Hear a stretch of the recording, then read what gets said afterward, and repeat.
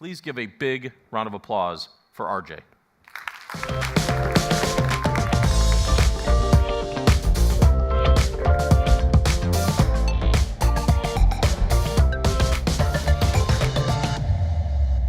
Jason, that's the first time in any intro has someone actually got the secret about not keeping a job. Thanks. How's everyone holding up there? All right. How about up there? Because I sat up there the other day, and I guarantee you I have a less belt loop now from the heat from sitting up there. So what I want to do is really three things. And there are questions that I have when I come into a presentation like this, and I'm sitting in the audience in your place. And so I want to answer three questions for you right away. One is, who is this guy and why should I listen to him? What does he bring? Come on, you're all thinking it. The second piece is, what can he give me that I can take and put into immediate action when I walk out of here? And the third is, how long is he going to talk before we get to cocktails? So let me answer those. First and foremost, who is this guy? Well, I'm a sales guy. Carried a bag myself, actually started as a BDR, worked my way up, got to President's Club and did quite well, and realized I actually loved the process of selling more than I do taking down big deals. I know, PJ, hard to fathom, but there's a few of us weird out there like that. And so I went into sales training at the time to scale the processes that I had in place and realized that it's the passion that found me. And what I want to do is share that with each of you today. So you can understand not only what is sales enablement, but truly what's the value of sales enablement? What do we bring to the table? And why is the function so important all of a sudden? And I say all of a sudden because I've been doing this now for 20 years in various capacities. It's exciting to see where sales enablement has gotten, where it is, but more importantly, where are we going? The second piece, what am I going to leave you with? Best practices. I'm going to share some stories, some case studies of things that have worked and things that haven't worked. You know, when I sat down and came up with the title of this, Tools, Teams, and Transparency, it's that third one that I believe is equally as important, if not more, than the first two. Because I want to share with you some things so that you don't step in those same holes that I did, so that you can learn from the things that have worked well, not only from myself, but I am fortunate enough to be one of the founding members of the Sales Enablement Society. By show of hands, how many folks are familiar with the Sales Enablement Society? Okay, small percentage. So let me explain what we are. We are a global group of sales enablement practitioners, mostly former sales folks that have moved into the capacity of sales enablement. And so we decided we wanted to do the same thing for our profession of sales enablement that PMI did for project management. And that is creating consistency, creating parameters, also making sure that we had global nomenclature and explanation of what sales enablement does, but more importantly, how do we become that hub that spokes out to all of the various parts of the organization from a collaboration and an orchestration perspective.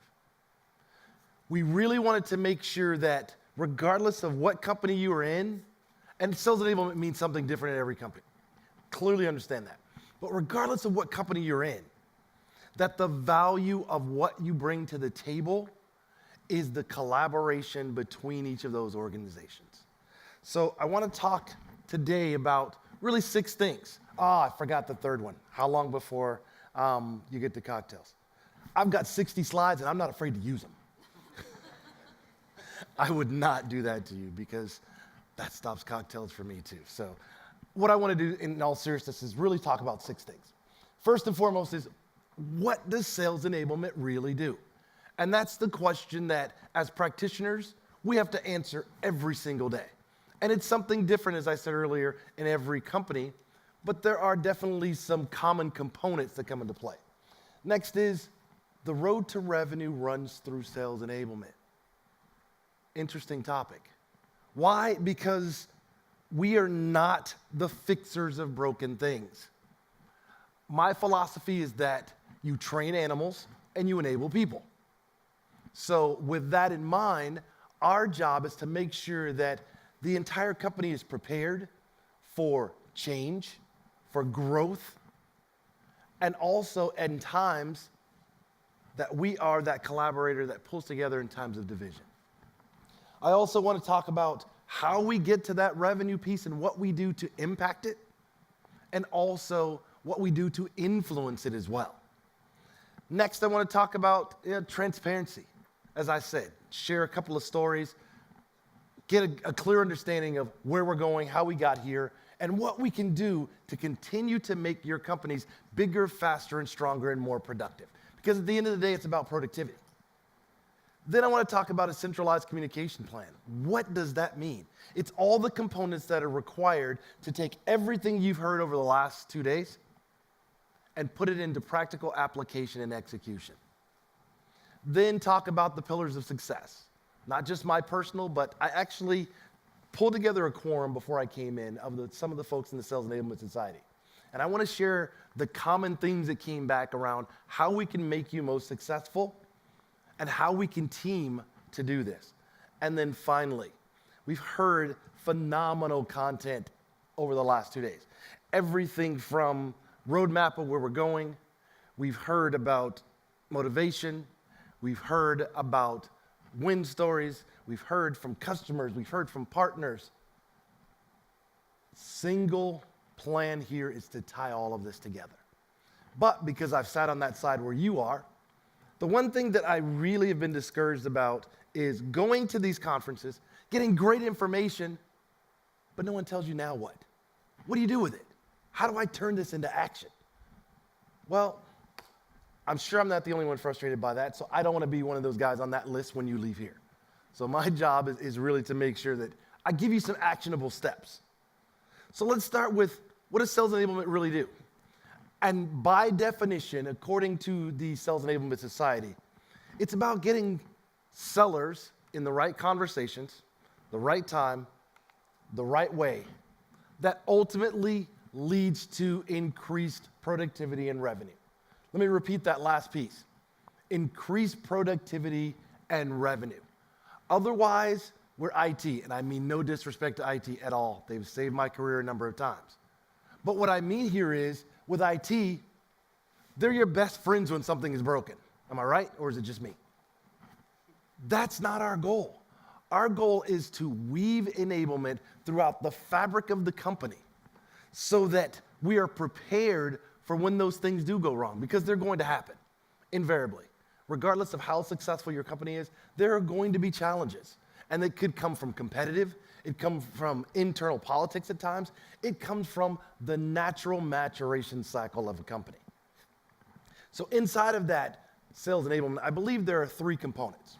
The first is communications, and that starts with the onboarding program of ensuring, let me step back, it starts at the interview process. So when I ask a question, in room for my practitioners of sales enablement, by show of hands, how many of you are actually a part of the interview cycle for your sellers? 1, 2, you and I. Cocktails later, we'll talk.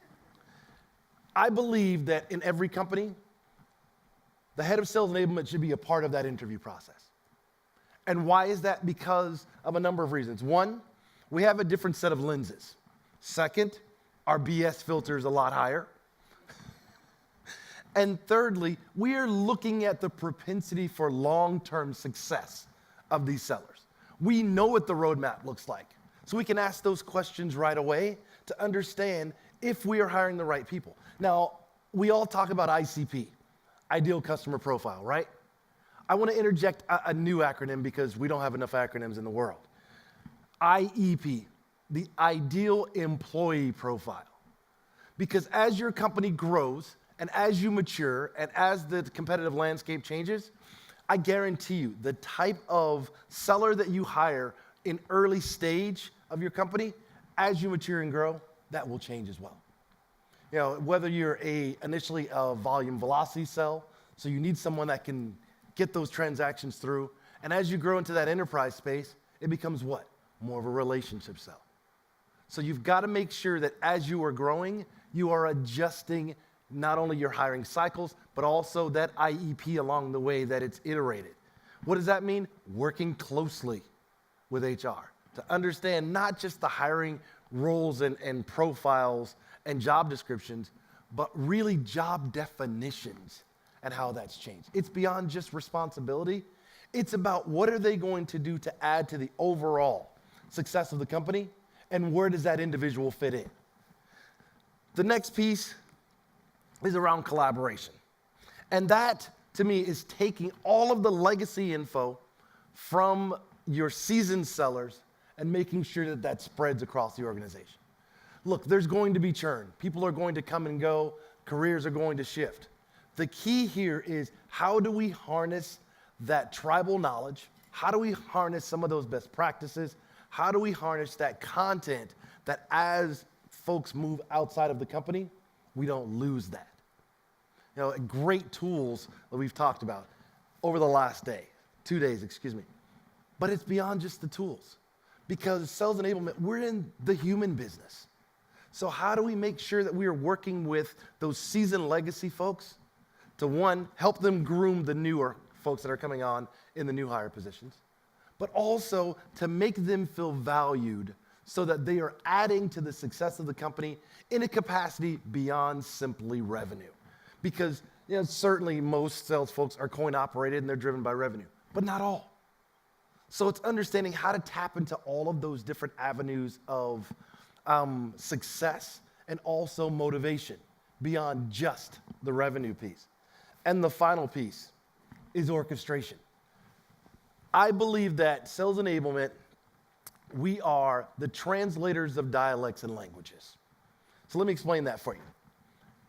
We sit as the hub that spokes out to every other part of the organization. Our job is to be the advocate and the voice of the customer. By show of hands, the folks that are in sales enablement room, how many of you actually go out and visit customers? Fair amount. If you're not doing it, you are doing your company a disservice. Here's why. As that hub that spokes out, as we go out and speak, and when I was in corporate, I made sure that I was seeing as many clients, prospects, and customers as possible, because I think that that is something that gives back to the internal organization in this way. You go out and you meet with prospects, you meet with customers. Come back to product marketing and say, you know what, love the company pitch, it's doing well, but we get to slide 7, it gets a little fuzzy. Kind of slows down the momentum that's going. I see a lot of nods going on. Come back to product management and say, I've talked to 12 different customers and we've had the same request. How do we get that moved up on the release cycle? Come back to HR and say, while we're out with these folks and we're also evaluating the sellers, you're doing a hell of a job of bringing in the right kind of folks that we need. And as we're shifting, we are now progressively seeing a change in those sellers. The messaging and positioning has gotten tight. We now have the right solutions. We've listened to our customers and our prospects, and we've now adjusted our release cycle. We're moving forward at a pace right now that is dizzying. Now, without going out to meet with customers, how do you get that? You don't. So look at all of the things that fall out of place by simply not being a presence out with customers. And so I talked earlier about revenue and how we impact it and we influence it. So let me give you a few examples. And these examples come directly from Aberdeen. So by having a successful sales enablement function in place, 2.2 times more likely to linking sales actions to revenue. A lot of words, what does that mean? You get it. We're all speaking the same language. We're all hearing, listening, and also now giving back input to the multiple lines of business inside. So now everyone's stepping their game up. Next, 83% more productive in tied to technology use. That goes without saying. If you look at the roadmap that was shown earlier today, that technology piece has become more and more important. And I love the fact that every once in a while we'll see the landscape of technology, and it's gone from 200 to 500 to 5,000 tools out there. Anybody here using all 5,000? Does it feel like it sometimes? The key is not how much are you using, it's how are you using it. let's go back to that value word again. How do we make sure that everything that is being used serves one purpose? That is creating customers for life. It's not just about driving revenue. It's about making sure that your customers are productive, they are efficient, and that they love you. They may not like us sometimes, but we want them to love us. And how do we do it? We listen to them. Because we're finding out it's 58% more effective in finding, retaining, and enabling and retaining talent. Let's go back to that interview process again. If we're bringing the right types of folks in on the front end, we're adjusting and iterating our interview process. We are setting them, the company, and ultimately our customers up for success. It's not just about training anymore. It's not just about pretty PowerPoints. It's not just about bringing folks through boot camp. It's about what are we doing to make them productive. Now let's take this and make it a little more personal. 24% higher individual quota attainment. You know how that happens? We listen in enablement. It's not just about what we are sharing outward. It's about what we're taking in. And we're listening to our new hires. We're listening to our legacy folks. We're listening at the top at the leadership level. And we're also listening at the bottom. By show of hands, how many folks in room do a needs analysis survey that they send out globally once a year? Twice a year. One person. Talk to her. And here's why. Because if you are not getting feedback from your sellers, you are now focused on training. And training is giving you what I think you need to be successful. It's also a lack of iteration. It's very, very reactive. And it takes you and the value of what you bring with your skill set and you as a person from being of high value to being a sales scribe. Say that again. A sales scribe. How many of you would put that on your resume? No hands go up. Here's why. We're not sales scribes. Not at all. We're not sales servants. We are sales partners. And how do we do that? By bringing them things of high value and by listening to them first, asking questions early and often, and making sure that we come back with quantifiable feedback and ROI for them to answer those questions. Very few times you're going to get the opportunity to say, you know what, that's a great question. Let me get back to you. First of all, not a lot of patience in sales. And secondly, our job is to be innovative. That is the expectation of the company, is that we are going to help drive innovation. And the only way that we can do that is preparing ourselves and staying ahead of the curve, things like the Sales Enablement Society, and also listening more than we are actually sharing information out. Higher quota attainment, and then finally higher lead conversion. Let's go back to that alignment of sales and marketing. Guess what? The touch point between those, enablement sits right in the middle. And Jason made a great point. If you don't have alignment, and I'll go back to your Captain Obvious statement, if you don't have alignment between marketing and sales, you have the perfect recipe for failure. Yes, there are times where you have to create tension, but that is so that you can ultimately get everyone on the same page. So let's talk a little bit about trust, an interesting word, because trust is one of those things, and I was taught as a little boy growing up in Texas that trust is one of those things that it takes a lifetime to build, a second to lose, and you may never get it back. So you get one shot at it of building that credibility, and that comes through showing value. But more importantly, it comes through showing human kindness. At the end of the day, we're in the people business. Sure, we own tools, we own processes, we own the ongoing continuing education strategy.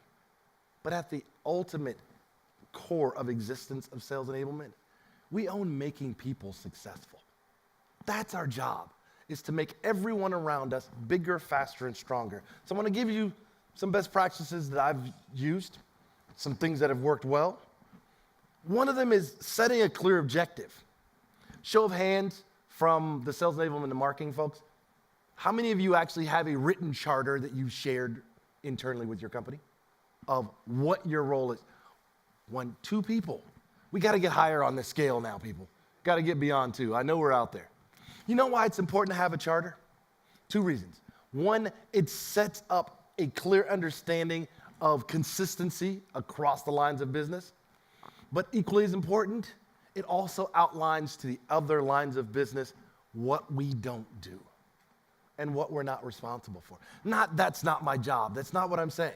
What I'm saying is, in order for us to be proficient and to make you bigger, faster, and stronger, these are the things that we commit to happening.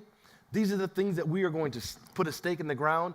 These are the things that we're going to come back on a quarterly basis and say, here's where we are quarter over quarter on the promises that we made to you. Next is make enablement accessible for all stakeholders. And this is where Showpad owns this piece. And I said this earlier today as I was coming out of the roadmap presentation. I work with a lot of different clients and also competitors of Showpad, right? And they come and they say, oh, we can do this, this, this, this. And I don't say it because I'm standing in front of you, PJ, or you, Louis. To justify why I would work with them, not one has been able to get me to change my mind. Because things like the LearnCore acquisition, and I've been working with LearnCore for the last couple of years, prior to the acquisition. But that is an absolute game changer.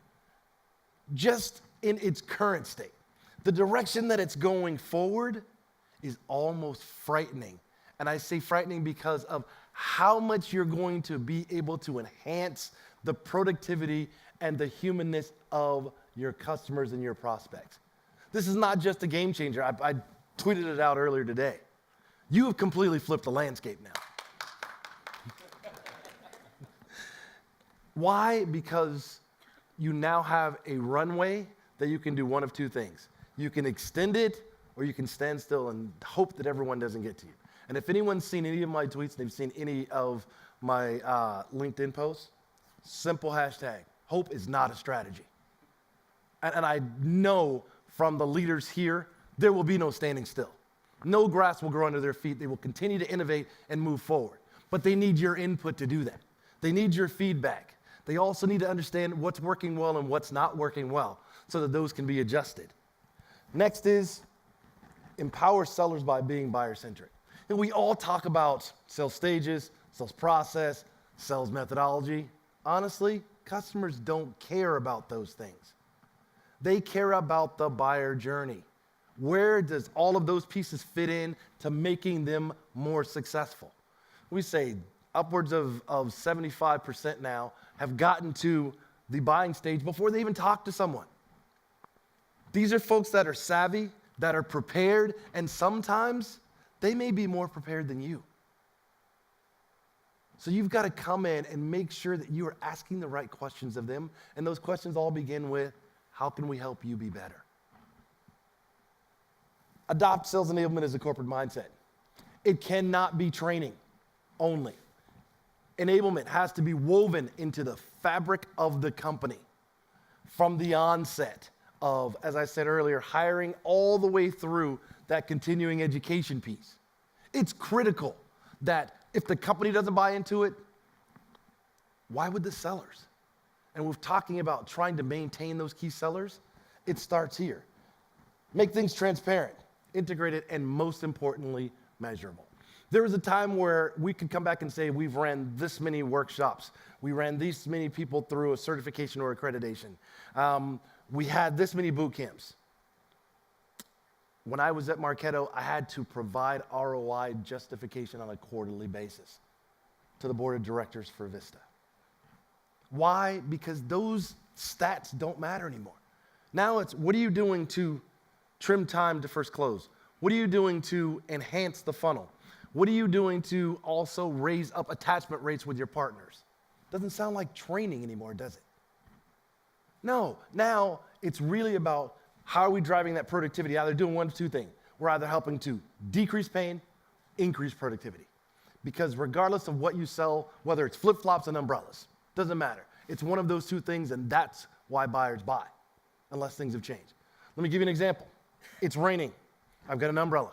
Guess what? I can still be productive. It's hot. I've got flip-flops. What does that do? Decrease the pain for me to be productive. So if you focus on those two things, how am I going to help decrease pain and also how am I going to help increase productivity, you are in that sweet spot of sales enablement. Enablement is an iterative process. Listen, learn, then lead, in that order. Unfortunately, a lot of us in sales enablement, we're natural fixers. So we go right into how do I fix, how do I help? Let me change the narrative for you. When I have meetings with prospects, customers, and when I was in corporate with my team, start every meeting with these 3 questions. And I guarantee you it will change the complexity of that meeting. 1, do you want me to listen? Do you want me to coach? Or do you want me to fix? Think about what that does for the other individual that's in that meeting with you. You now know what set of ears to put on to listen. That means, hey, you've done this before, show me. Do you want me to fix? I've tried everything else. What's left? Do you want me to coach? I've tried a couple of things, and I'm now counting on your experience to push me over that top. So remember, ask those questions. Do you want me to listen? Do you want me to coach? Or do you want me to fix? It will change your meetings going forward. Onboarding is just a step, though, and a step in a long journey. Times companies get stuck on, let's get everybody onboarded because we're in hyper-growth mode, and we tend to forget about our legacy folks. But when we talk about regrettable loss, the first group we talk about are the legacy folks. Why? We've got to make them feel as valued as the new folks coming in. We want them as just as excited as they were that first day they started. We want them to still believe in where they are. And then we want them to go tell their friends the best of the best that will fit to come over because you're making a mistake by not being here. We're about to do something huge, but we need you, the individual, to help us get over that hump. So you've got the plan in place. You've got a charter. You're now starting to cobble together the multiple organizational roles and functions. What do you do with it? Have to have what I call a centralized communication plan. Starts with your content management piece, all of your docs and white papers. And now, before I say this, I want to give a caveat. This depends upon the maturation cycle of where your company is at any given point. All of these will come into play at some point. They may not come together all at once. So now you've got your content management piece. The next is having a centralized event calendar. You know what that does for you? It does a couple of things. One, it provides a roadmap for your sellers and the rest of the company. But more importantly, it again adds to productivity because I'm going to that single place. Let's say we've got calls coming up, right? Product release. You can go to one place, find out all the dial-in info, all the information. Let's say you missed it. I can go back to that very same place, find the replay link. But not only that, if I am a sales leader, marketing leader, enablement leader, and I'm now looking at the growth and the succession plan of my people, go to this one location. Here's where your shortcomings are. Go here. This is what I need you to take before our next meeting or before our next review. The next piece is the learning management system, making sure that you've got a permanent record for all of your learners. And it's, again, all in one location, and it's reportable. Reinforcement calls are critical, whether it be for just in time, it could be something like GDPR, whether it is a product release and there are changes happening, or guess what? There are changes happening internally, or we just acquired a new company, because I'm told that actually happens from time to time. Making sure that those are happening on an interval scheduled basis to ensure that your sellers now can get those into their calendars ahead of time. The next is a coaching tool. How important is coaching? Critical. It's not just about the tool, though. It's about the reinforcement around that, because we always say we want you to go coach. Well, guess what? Most of the time, your first-line managers are people that were absolute rock star sellers. They didn't have to coach. They didn't have to run a team. So now it's incumbent upon enablement to make sure that we have standards in place of what coaching means, what you're responsible for, when is it going to happen, and ultimately, what's the outcome of those coaching pieces. And the final piece is a podcast library. Why? Because the world has shifted. Seasoned guys like myself, there was a time we would sit and watch 30 minutes, watch 6 of them. Well, I have a 28-year-old daughter that I call my millennial use case. And I sat down with her and her friends, and I asked one question. How do you learn different than what we did? And what I got is knowledge bites, the small chunks of information that we've talked about earlier. I call them knowledge bites. Look, you may not want to sit for a half an hour, but you'll certainly watch 6 5-minute clips. Why? Because the world has shifted, and it's also mobile now.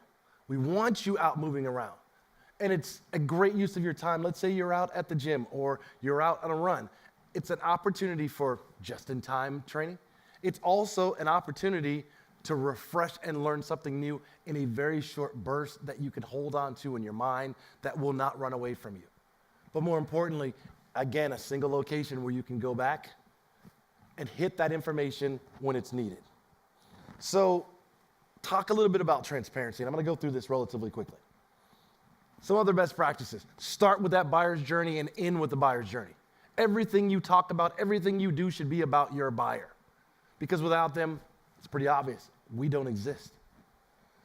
Make sure the messaging is at the right level.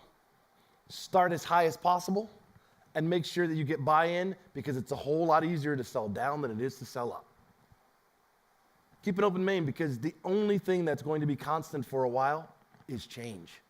So if you're prepared for it, it's very easy to ingest it and also to propagate it across the organization. It's not enough to just know what these tools are and to roll the tools out. As I said earlier, your companies are counting on us in Enablement to drive innovation. So own those assets, iterate those assets, update the assets, because there's nothing worse. How many folks have gone to a website, gone back at a later time, and it's the same thing, and you don't go back again? Just me? Same 2 people. Same thing with content. Content is king, as we know, and we've talked about this for the last couple of days. Reinforce that culture of learning. What exactly is a culture of learning? Well, it starts from that onset of preparing people from their very first day, of looking at the IEP that we talked about earlier, that ideal employee profile, all the way through the entire learning cycle, from building out guided learning paths. We did it in university. You start here, you move forward. Why not do the same thing in Enablement? Again, ask questions early and often, making sure that you are including your customers. And just to change narrative again, can you help me? Can we please stop calling our customers internally stakeholders? Because they're not stakeholders. Stakeholders says that you are now at the mercy of one or the other. Customer says that we need each other for success. Regardless of what line of business, they are our customers. We cannot be successful without any of them. Here's a fun one. You can do anything. Can't do everything. Don't overpromise. Stay within the parameters of 3 to 5 objectives in a given quarter, because if you go above that, and you will be pushed to go above it, but if you go above that, you're setting yourself up for failure. And now, back to that credibility piece earlier. Lost right away. It's a journey. It is an ongoing occurrence. It is not a single event. The more that you can stress that to your sellers, to your leaders, and as executives, the more that you can stress that across the company, the higher propensity for success for your Enablement folks. So, 5 pillars of success. What are those pillars? Well, it starts where it should, with the customer. And that's both the internal and the external customer. I'm not going to go through each of the small bullets, but I want to make sure that we've got all the right components in place. Next is about messaging and positioning. Making sure that you've got the right message for the right time, for the right audience. Sound familiar? Next is products and solutions. These are going to shift. It's our job to make sure we stay ahead of that curve and also to be suggestive at times. One of the great things that happened, I was working on an engagement here at Chopat, and they were just rolling out, and Teresa, you'll remember this, just rolling out the new company pitch. How many folks in here by show of hand are invited to the table to actually make changes to the company pitch before it's released? Very few. I was honored that Teresa actually asked me to come in and share my feedback, and thank you again, on the company pitch. Everything from, does this resonate with sales folks? We even talked about colors of things on the slides. Remember that? And how these things fit. It's important that you have to earn the right to get to that table. But when you do, those are the kind of pieces that really now move you from being training to truly being a world-class enablement program. The next piece is sales methodology. I've worked with a lot of them over the last 25 years. I believe, honestly, they're blue and light blue. It really comes down to your selling motions and also the type of go-to-market strategy you have in place, whether it is a volume velocity sell or that long-term relationship sell. Find one that fits, stick with it. Don't jump around. There's nothing more confusing and frustrating to sales folks than sales methodology of the week, because now they start to make up their own things. And then finally, it's about processes and tools and making sure that not only do you have them in place, but again, that you are iterating and you are constantly sharpening the sword of your sellers, and that you are working with the other lines of business to make sure we're getting the right things in place at the right time. So, being the last person, as I said earlier, I want to kind of tie a bow around everything that we've covered over the last 2 days. And it's a lot. So, first is, when you leave here and you go out tomorrow, I want you to focus on one thing. Partnerships with your customers, both internal and external, not building your brand, whether it be the personal brand or the enablement brand. That is something that is owned by your customers, oddly enough. You don't get to determine your brand. Your work ethic, your results, your interactivity, your ability to drive change, to own the innovative pieces, and ultimately to measure this out is what will determine what your brand is. Communicating with sales leaders on an ongoing basis, and not just here's what we're planning to roll out. It's more of, I want to come and find out what you're thinking. I've got a set of 10 questions that I'm happy to share after this that you should be asking your sales leader on a quarterly basis. Because these are things that are going to shift every single quarter, and if you're not prepared for that shift and you're still working on last quarter, not a lot of high value there. Don't assume that because they see a lot of activity, that it's equating to value. How do you overcome that? Asking those questions that I just said, coming back and reiterating those answers, and then putting together a joint tactical plan between sales, marketing, and enablement. Because without one of those at the table, can't be successful. Don't sell products, the obvious. Don't sell solutions. Here's what you sell. You sell the experience of working with your organization and the value that you bring from a productivity perspective, whether it's decreasing that time and speed to revenue, or it's increasing productivity on an ongoing basis. We all have this enablement language, and we think it's cool because we all speak it. It's not. Learn their languages. Speak their language.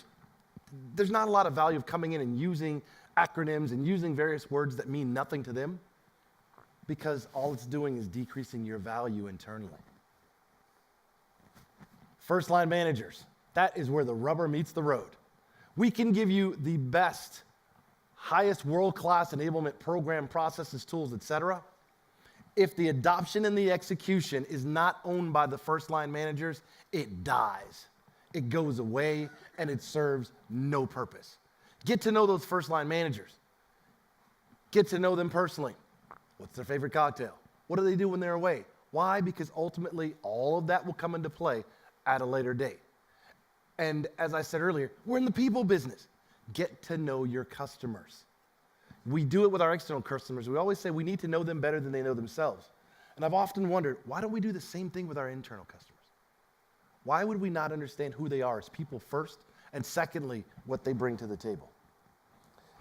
Coaching is one of those skills that develops over time. And as I said, it's our job to make sure that coaching is clearly defined as to what's expected, what the outcomes are, what the measurements are, and what the ultimate long-term experience of that coaching is. And that's on an ongoing, iterative basis. Partner, partner, partner. Between product marketing, sales, and enablement. Here's what I used to do when I was in corporate. On a monthly basis, we would have a roundtable. And all of those players were at that table. How many folks do that now? Not many. Here's the advantage of doing that. Sales kickoff is coming up. Guess what? We start pre-planning. We're all on the same page. We start building a joint tactical plan. There are no surprises later. We've got a product release coming. We even invite product management and engineering into those meetings. Why? Because we need to understand what they're going to bring to the table so that we understand how to enable our folks. Because what's too technical for one is not technical enough for others. BDRs need a surface understanding. AEs a little higher. SCs need to go deep. CSMs need to go deep and wide. We can start preparing for that early and not having to have that rush at the end. Here's the biggest piece. No one wins alone. No one. It's a team sport. Just like with any other sport. You have to have multiple roles, multiple levels on that team, multiple personalities. Same thing happens with us. Our job is to corral all of that and drive productivity, drive efficiency, and sometimes drive harmony. And if you can do that, it takes you from being training to truly enablement professionals. It raises the value of what you bring to the table. And it also, ultimately, builds customers for life. And if you do that, we've all succeeded. With that, thank you very much.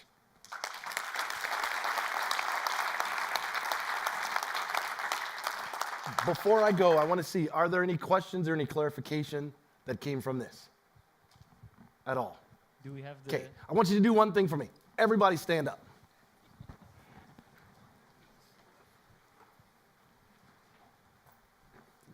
I'm going to make a statement, one single statement. And then my ask of you is to show me exactly how much noise you can make as a single audience. Fair enough? Here's the statement. You have officially seen the last PowerPoint presentation of the week. Thank you so much. I'll be around. If you got any questions? All right. Thank you, RJ.